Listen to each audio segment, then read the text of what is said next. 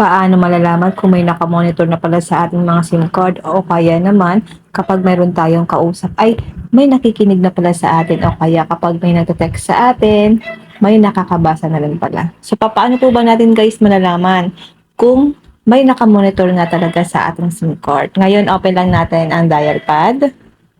I-dial nyo lang po ito. Series, number sign, 62, number sign. Then, itap natin ang call.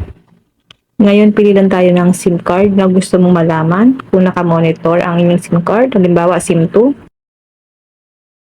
Kapag ganito po na wala siyang nakalagay na phone number sa voice, ibig sabihin po, hindi po nakamonitor ang ating SIM card. Kapag meron po, i-dial nyo lang ito. Tap lang natin ng okay. I-dial nyo lang po ito guys. Number sign, 002, number sign. Then, i-call nyo po. Piliin lang natin ang SIM na kung saan may nakamonitor. Halimbawa guys, SIM 2. Kapag ganyan guys, automatic po na madidelete ang nakamonitor sa inyong SIM card.